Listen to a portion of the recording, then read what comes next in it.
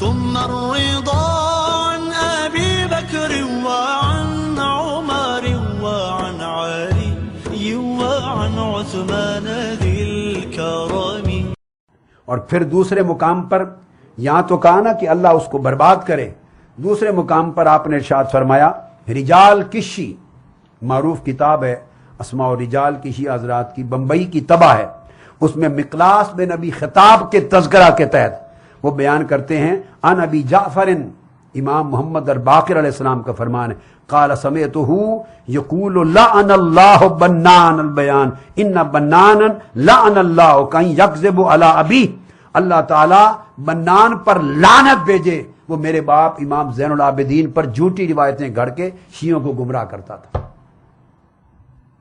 اور پھر آپ نے فرمایا ان ابی عبداللہ، پھر امام جعفر الصادق اور امام ابو باقر ان کا بھی قول، قال سمعتہ، میں نے ان سے سنا، یقول لعن اللہ المغیرہ بن سعید انہ کان یکذب علی ابی، اللہ مغیرہ بن سعید پر لعنت بھیجے، وہ ہماری اہل بیت کے اماموں پر اور میرے باپ امام زین العابدین پر جھوٹی روایتیں گھڑ کے منسوب کیا کرتا تھا. یہ اس طرح عقیدے بنے ہوئے ہیں اور اس طرح روایتیں بنی ہوئی ہیں. یہ پورا قول رجال الکشی میں بھی ہے، مغیرہ اور بنان اہل بیت کے نام جھوٹی روایتیں گھڑ کے، کون سی؟ ابو بکر صدیق نے ظلم کیا اہل بیت پر، عمر فاروق نے ظلم کیا، اہل بیت کے حق چھین لیے، یہ فدق کے، یہ روایتیں گھڑ کے اس کو ایک داستان بنایا ہوا ہے. اور یہ جامع الروات شیعہ حضرات کی بہت بڑی کتاب اسماء الرجال کی ہے، فن رجال کی، محمد بن علی اردبل کی، اس نے بھی بیان کیا ہے. مجمع الرجال کہپائی اس نے بھی بیان کیا ہے. منتہی المقال در رجال ابی علی اس نے بھی بیان کیا ہے. ان تمام کتب میں مغیرہ اور بنان کے رجال کی کتابوں کے اندر اس کے حوال میں لعنت بھیجی گئی ہے ائمہ نے، اس لیے کہ وہ خلفائے راشدین کو ظالم اور غاصب قرار دینے کی جھوٹی روایتیں گھڑتے تھے ہمارے یہاں. اب یہی چیز میں نے جو بتائی یہ ائمہ اہل سنت نے بھی کوٹ کی. امام بہقی نے روایت کیا ہے، امام بہقی نے الاعتقاد میں، امام بہقی نے وہ فرماتے ہیں کہ یہی بات حضرت زید ابن علی سے پوچھی گئی، حضرت زید ابن علی سے ان سے پوچھی گئی کہ جو ابو بکر صدیق رضی اللہ تعالیٰ عنہ نے فیصلہ کیا تھا مسئلہ فدق پر، آپ اس کے بارے میں کیا رائے دیتے ہیں؟ یہ حضرت امام زید ابن علی بن حسین امام زین العابدین کے صاحبزادے سے پوچھا گیا، آپ کیا کہتے ہیں وہ جو فیصلہ کیا تھا سیدنا صدیق اکبر رضی اللہ تعالیٰ عنہ نے مسئلہ فدق پر، تو آپ کی رائے کیا ہے؟ اب میں جو عرض کر رہا تھا کہ حضرت سیدنا زید بن علی رضی اللہ تعالیٰ عنہ سے پوچھا گیا یہی سوال کہ جو سیدنا صدیق اکبر نے فیصلہ کیا تھا مسئلہ فدق پر، اس کے بارے میں آپ کیا کہتے ہیں؟ وہ آگے جواب دیتے ہیں حضرت زید بن علی، وہ کہتے ہیں کہ انہوں نے درست فیصلہ کیا تھا، اور خدا کی قسم اگر وہ کیس میرے پاس آتا، زید ابن امام زید بن علی فرما رہے ہیں اگر وہ کیس میرے پاس آ جاتا تو میں وہی فیصلہ کرتا جو ابو بکر صدیق نے کیا تھا، کیونکہ حق کا فیصلہ تھا. یہ امام بہقی نے اس کو روایت کیا ہے.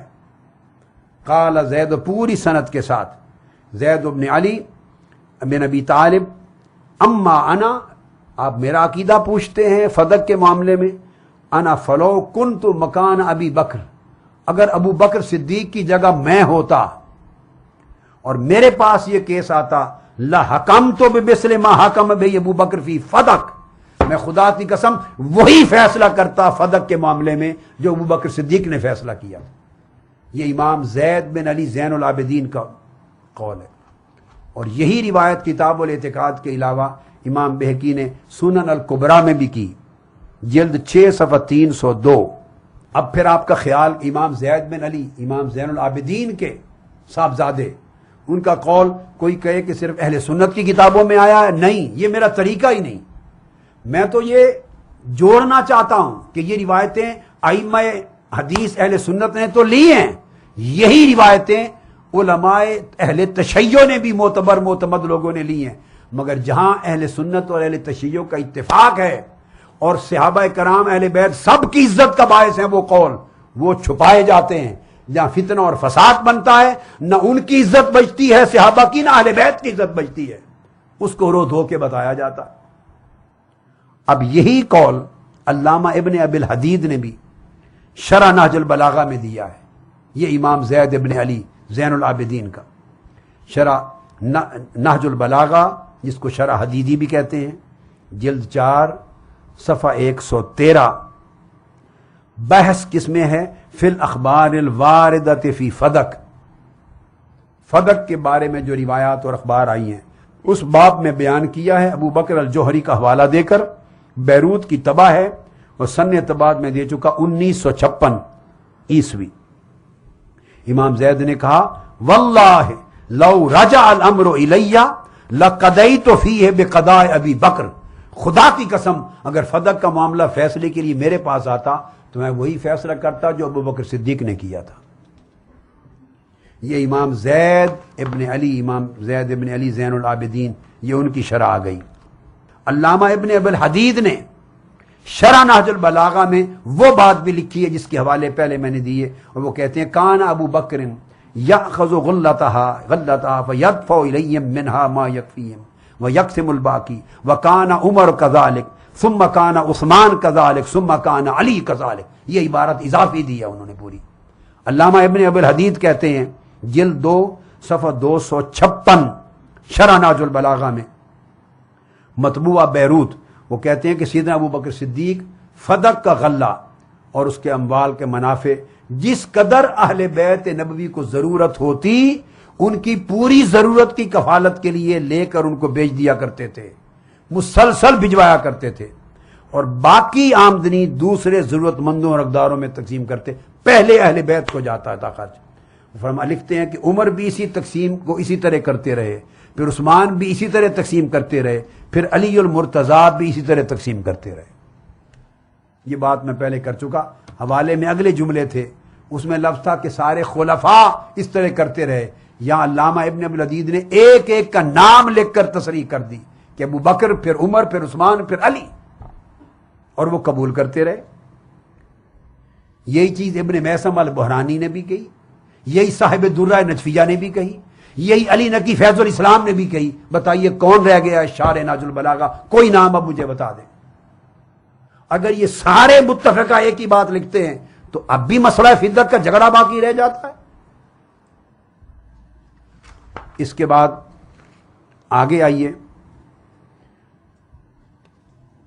مزید سیدنا علی شیر خدا کرم اللہ وجہ الکریم کے دور تک جب اس پر اہل بیت نے اس غلہ اور آمدنی کو قبول کیا اپنی کفالت کے لیے، تو اب ایک سوال پیدا ہوتا۔ ایک تو میں نے عرض کیا کہ اختلاف جو ہوا علمی اجتہادی رائے کا وہ میں نے بیان کر دیا۔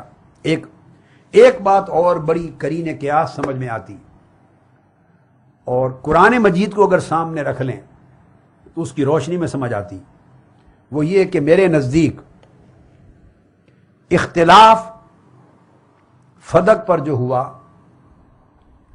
وہ صرف فدق کی حیثیت اور ٹائٹل پر اختلاف تھا، فدق کی آمدنی اور منافع پر نہ خلفائے راشدین کو اختلاف تھا نہ اہل بیت کو اختلاف تھا۔